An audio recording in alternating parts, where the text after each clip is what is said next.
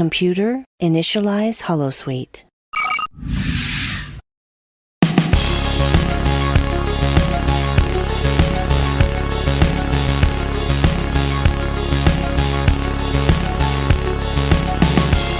Hello everyone, and welcome back to a brand new episode of the Sci-Fi Feminist podcast.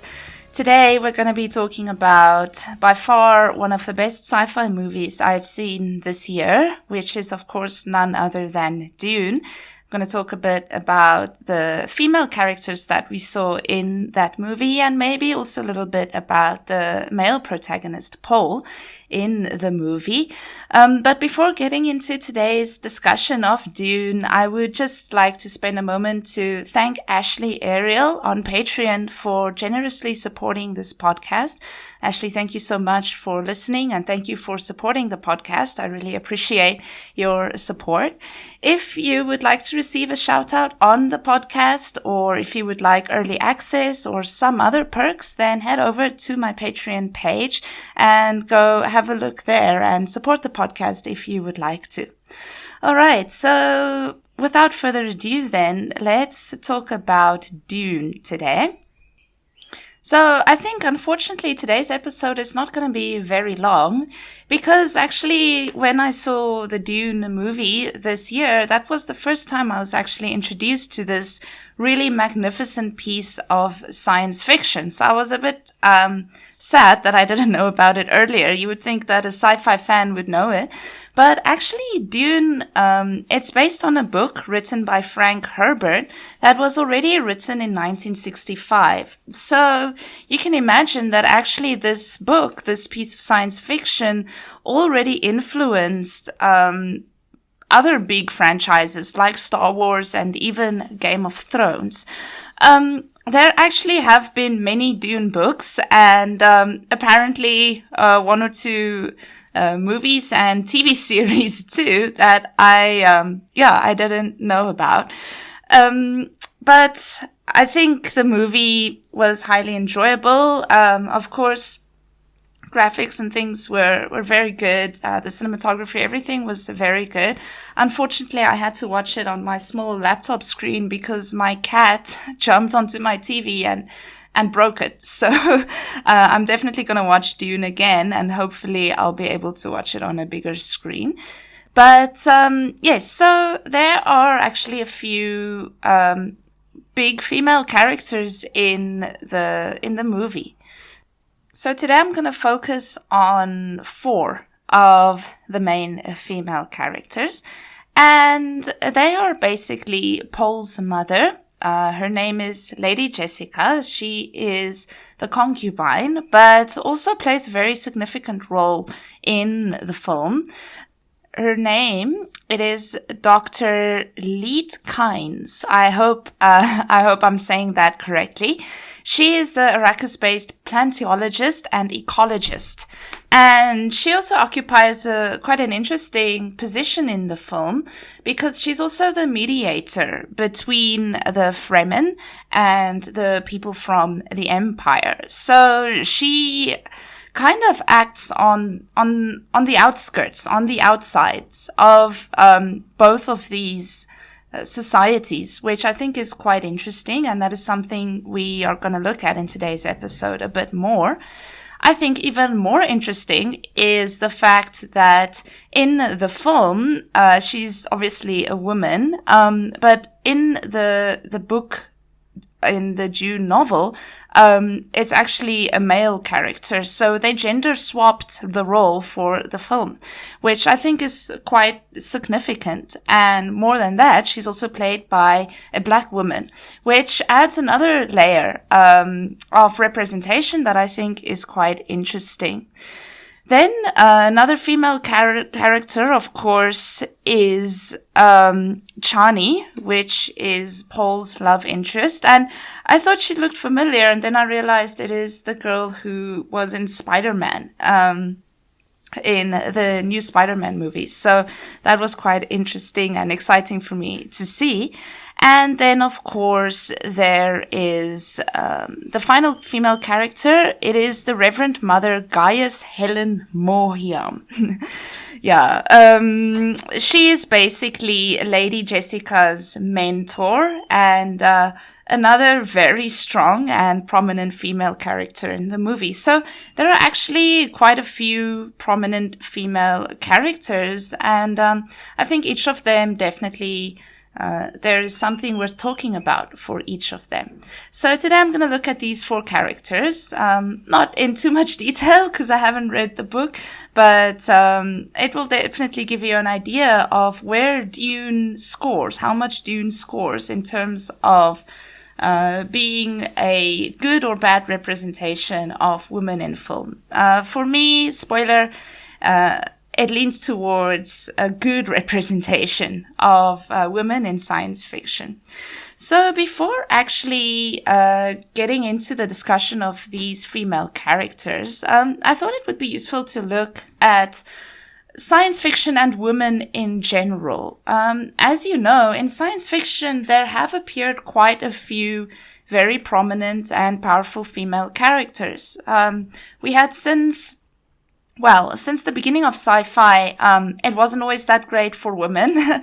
Many times we saw women that are very sexualized and women that kind of just act as the love interest for male characters, like we had on Star Trek, the original series, Captain Kirk's various love interests throughout the series, and they all happen to be very sexy alien women. Then, of course, there is Princess Leia and her infamous slave bikini that became such an iconic image for science fiction. And a few others too. There's Barbarella. I don't know if you've seen that movie, and maybe that should be the movie recommendation for this week, but it is the strangest film. It's basically Jane Fonda, who is an intergalactic heroine, and she is the main protagonist of the film. Now, Barbarella came out in the 60s, so around the same time that Star Trek, the original series, came out, and also, interestingly, the same time that this Dune novel was written originally. But she's it's very strange because there's so much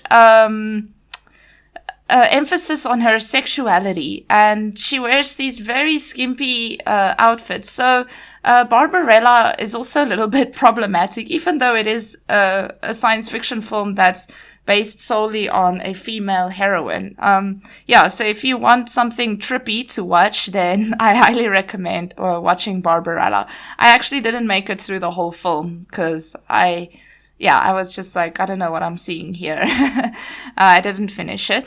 But anyway, here towards the 80s, many really powerful women in science fiction started appearing, like Ellen Ripley, Sarah Connor, Captain Janeway, even Dana Scully from The X-Files. All of these types of female characters that are not sexualized, that are very subversive in many of their own ways, started appearing in science fiction.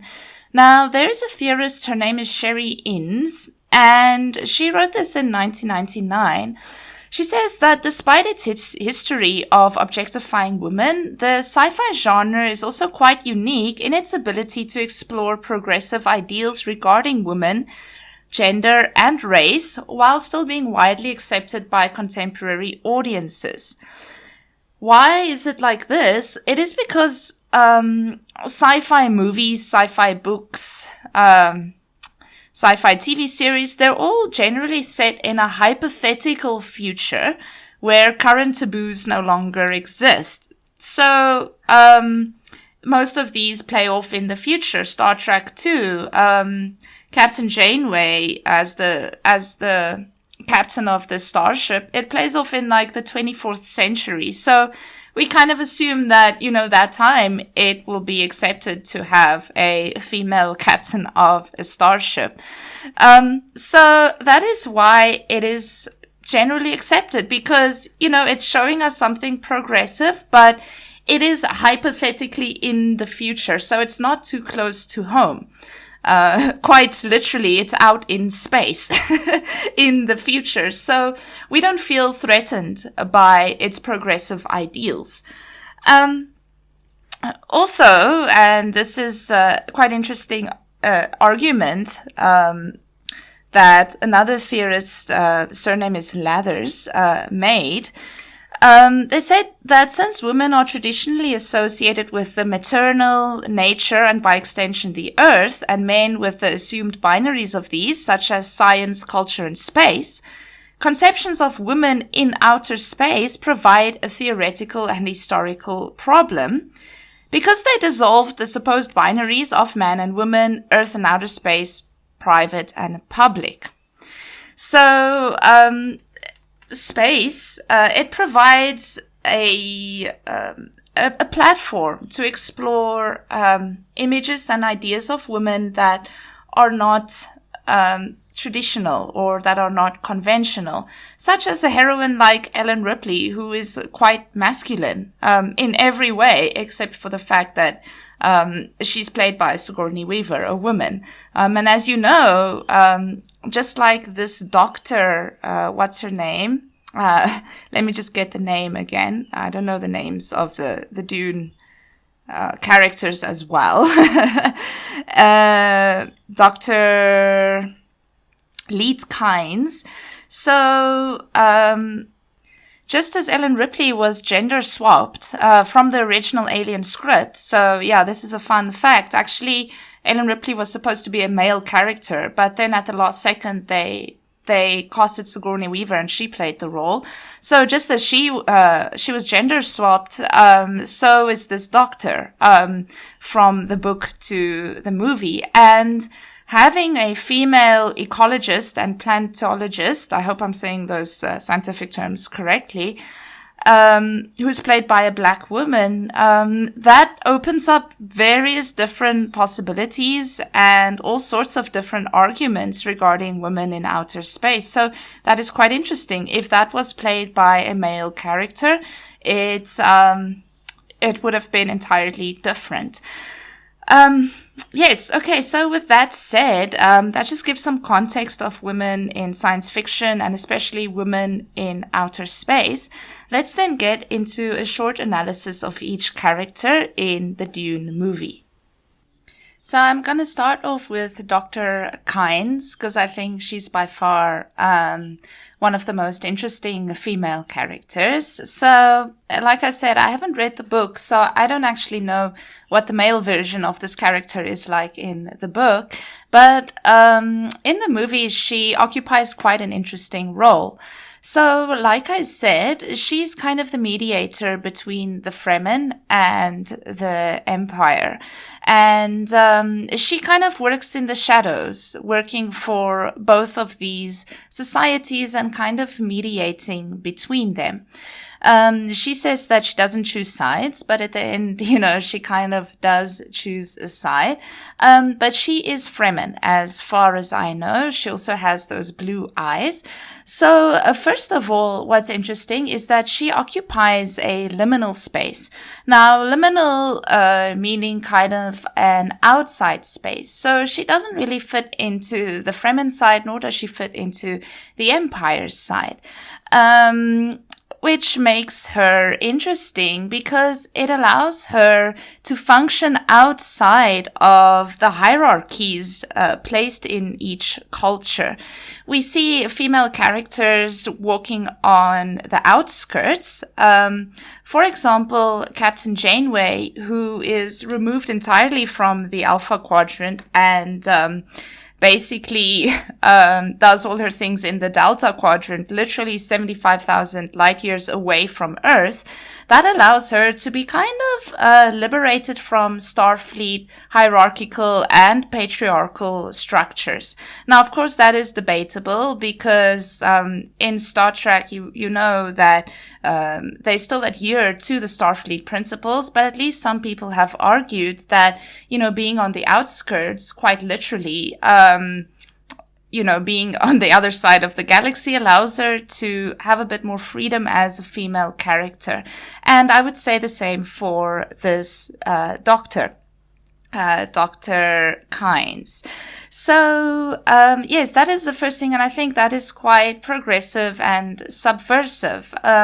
She gets to kind of play on both sides without being restricted to either. And I think for a female character, that can be quite liberating, because we see that many other female characters in the film are quite confined to their role, especially the concubine, Lady Jessica, although she's empowered in her own way, which I will get to. She's kind of stuck in this patriarchal empire culture. The second thing, of course, is the fact that this character is a doctor. It's Dr. Kynes. And like I mentioned, that she's played by a black woman. Of course, in the past, despite the fact that there haven't been... in the past, I mean like 50 years ago now, we've really come quite a far way in terms of representation, but you do not often find actually smart female characters. And especially when it comes to representations of black women, they're not often represented as, first of all, astronauts, scientists, people in outer space. We had some of that in Star Trek here and there, Lieutenant Uhura, but as I argued earlier, or in an earlier episode, Lieutenant Uhura, despite being a representation of a black woman in space, you know, being a lieutenant of a starship, she's still quite sexualized.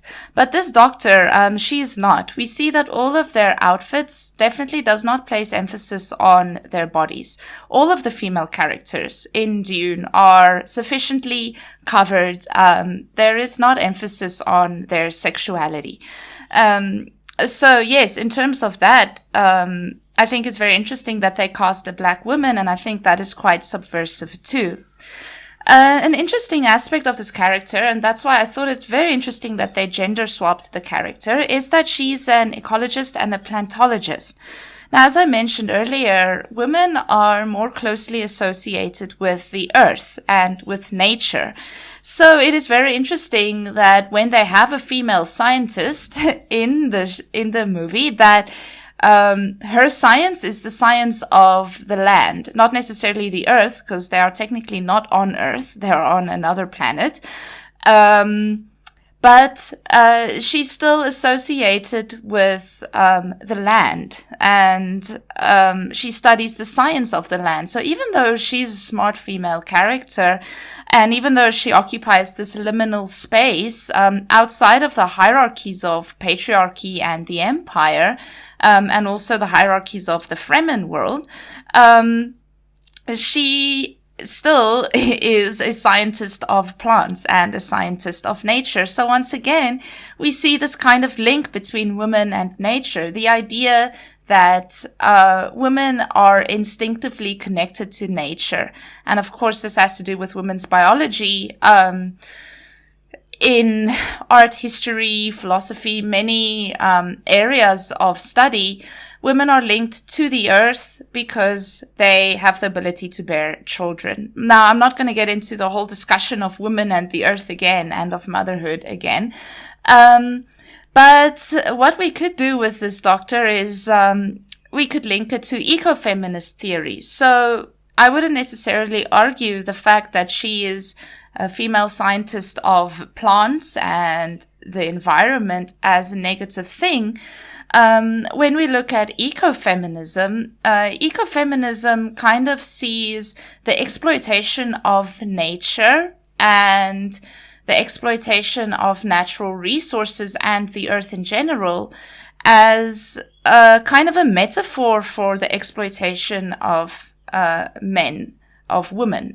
The exploitation, of women by men. That is, I just had to phrase that correctly. So, when we apply an ecofeminist reading, we can see it's quite interesting how the empire, which represents this really masculine order, we see the ruler of the empire, they're all men, and that really creepy guy that like becomes really tall. I thought that was quite creepy. Also ruler of the empire, and even the ruler of Paul's family, it's all ruled by men. But then what men do is the empire comes and they exploit the environment. They harvest the what's it called, the spices from the sand, from the dunes, and that is kind of what they do. And then, of course, the Fremen are in opposition to that. We could also link the Fremen to a more feminine type of disposition, because the Fremen are close to the land. They live in the dunes. They've literally become part of the dunes. And we have this really masculine empire that come and exploit that. It's also interesting that when we are introduced to the Fremen, we are mostly shown the girl, Paul's love interest, Spider-Man's girlfriend too. Let me just get the character's name. It's not good to refer to female characters only in relation to their male counterparts. Chani. That is her name. So we have this dichotomy, the Fremen, the female side that is being exploited by the Empire, this really masculine order. Yes, so in terms of ecofeminism, I think an ecofeminist reading of Dune provides some very interesting possibilities. All right, so that is it in terms of the Doctor. Let's look at another female character, which is, of course, Chani. Actually, I don't know quite what to say about her yet because we don't actually see much of her. The only places where she is introduced is in Paul's dreams and in Paul's visions. But interestingly, she does act as a kind of a guide to Paul throughout. I would also say that Paul himself is not a typical masculine character or masculine hero. He definitely does not fit the archetype of the type of heroes, male heroes we see in science fiction. For example, you have the Marvel superheroes, Terminator, many Star Trek captains. The list goes on and on and on. It's like when someone asks you, what's your favorite bands? And then suddenly you can't think of any of them. Now that I need to list them, I can't think of any of them. But there are countless male heroes that really fits this macho masculine archetype in science fiction. Paul is a little bit different. And interestingly, he is guided by this female presence all the time. I think a very significant female presence in his life, too, is, of course, his mother, Lady Jessica. Now, what I found quite interesting about Lady Jessica is that even though she is a concubine, and I think generally concubines are, just there for two things, which is sex and providing offspring, more traditionally. What is quite interesting is that she has quite a big role to play in the film, and also in Paul's journey. So something very interesting that for me about her was that Paul inherited his powers from his mother. There is that part where she meets the Reverend mother, Gaius, Helen, Mohiam. I hope I'm saying that correctly, where the Reverend mother meets Paul. And Paul is like, I'm having this hard time because of my father, because I'm my father's son. And she's like, no, actually, your father has nothing to do with it. You are Jessica's son. That's why you inherited the power. And that's why you are seeing these visions. So we see that actually, not only in terms of guiding him throughout the film, genetically too, she is the source of Paul's power. And I'm not sure if it is like this in the book too. If you have read the book, I would be very interested to hear your thoughts and comments on this. Whether she plays such a prominent role in the book as well. Very interesting is that this mystical order, they're called the Ben Gesserit. Again, I hope I'm saying that correctly. I'm very sorry if I'm offending anyone with my bad pronunciation of these Dune terms. I'm really just getting into Dune, and I think Dune is going to be my holiday reading in December. But it is this powerful order of women. Only women are supposed to inherit these powers, according to the film. And we see, of course, the Reverend Mother is quite upset because Jessica has decided to teach a male the powers of the Bene Gesserit. It seems like that is pure anarchy, sacrilege. How could she do that? Yes, and then if we look at the mother character herself, at Jessica herself, she's not only the one that always guides him throughout the film. Quite early, actually, he's separated from his father, so he does not receive the coaching from his father, but for most of the film, actually, from his mother. We see that she taught him the secret language that they use with their fingers. She taught him how to do the voice thing, where he can force people to do things. She plays a very active role in the film, and she's actually as powerful as the sun. She also receives prophecies. She has all of these powers, and she passed them on to her son, and at the end of the day, that is what makes him special. That's what makes him this messianic figure for the people, and that's also what allows him to kind of become this mediator too between the Fremen and the Empire. It is really her influence that shapes him. I would argue, mostly. Yes, and of course we see that all the women in the film are pretty good fighters too, especially the Fremen women, but even Jessica herself, she is not at all reliant on her son or on male characters for anything. She is quite proactive. She really does her thing. She also guides the plot, and she has a lot of screen time. We really see her quite a lot. We see that she is quite intuitive and smart too, when she chooses her the people that are supposed to work in the house for her. She's quite intuitive, knowing, who's carrying a weapon, what's going on. And even though she's the concubine, she has a lot of authority and influence in the Empire.